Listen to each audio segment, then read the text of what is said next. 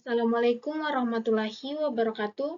Kembali lagi dengan saya Yayu Ferdian dengan NIM 23650014. Baik, pada video kali ini saya akan mereview materi pada pertemuan ke-7, di mana pada materi ke-7 ini membahas keabsahan alat bukti elektronik dalam persidangan. Capaian pembelajaran yaitu menganalisis persyaratan formil alat bukti elektronik, kemudian mengevaluasi praktik penyajian alat bukti elektronik di persidangan, memahami peran digital forensik dalam proses peradilan, dan mengidentifikasi strategi efektif penyajian bukti digital. Sistem elektronik yang memenuhi syarat.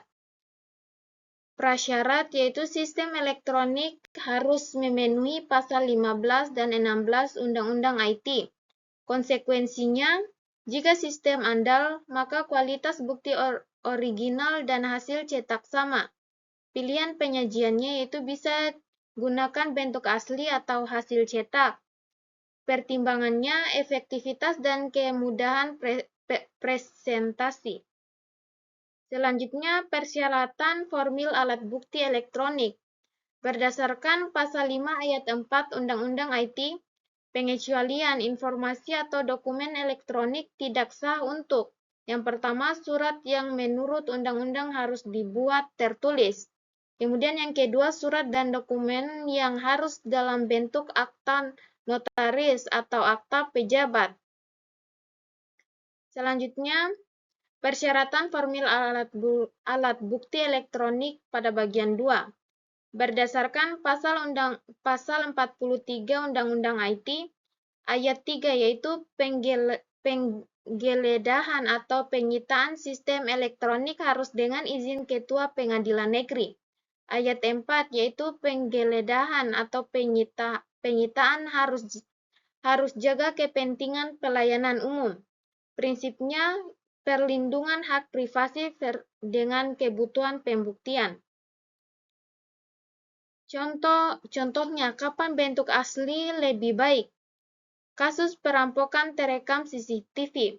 Buktinya yaitu sebuah rekaman video digital. Alasan bentuk asli lebih baik yaitu membuat gambar bergerak dan suara, memudahkan pemahaman fakta hukum.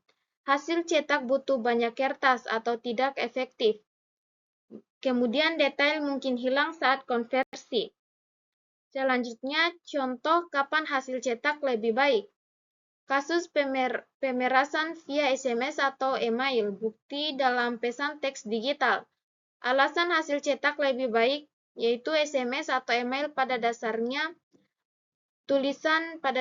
itu tulisan elektronik.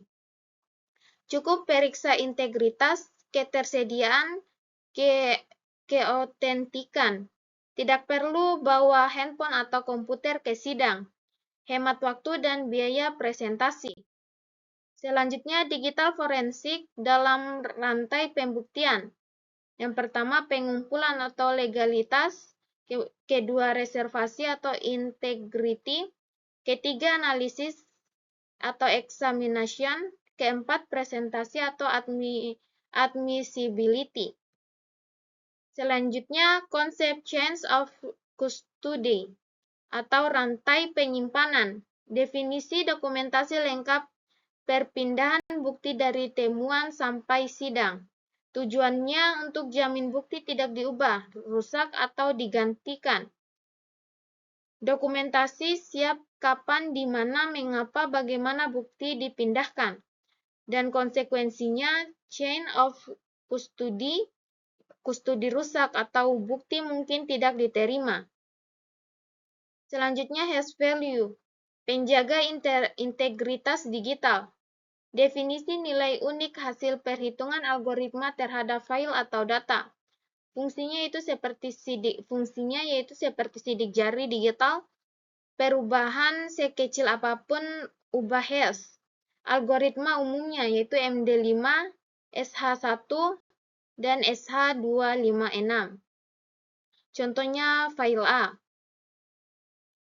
Selanjutnya write blocker, yaitu alat wajib forensik.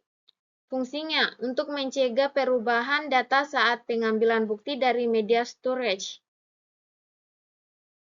Prinsipnya read-only access.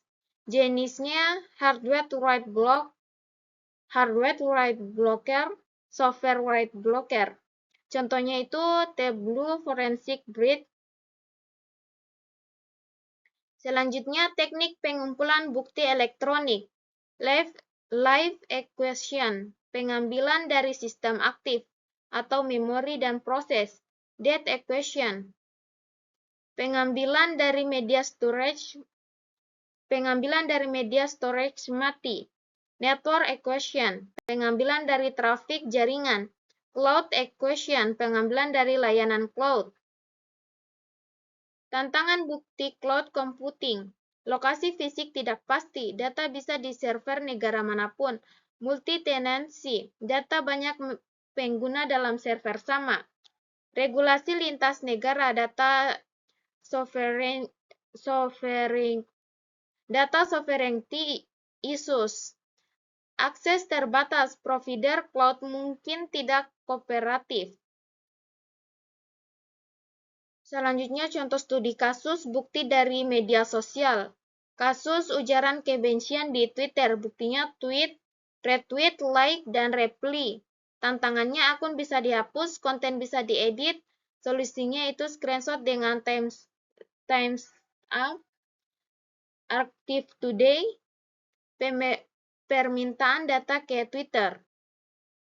Selanjutnya peran saksi ahli digital forensik.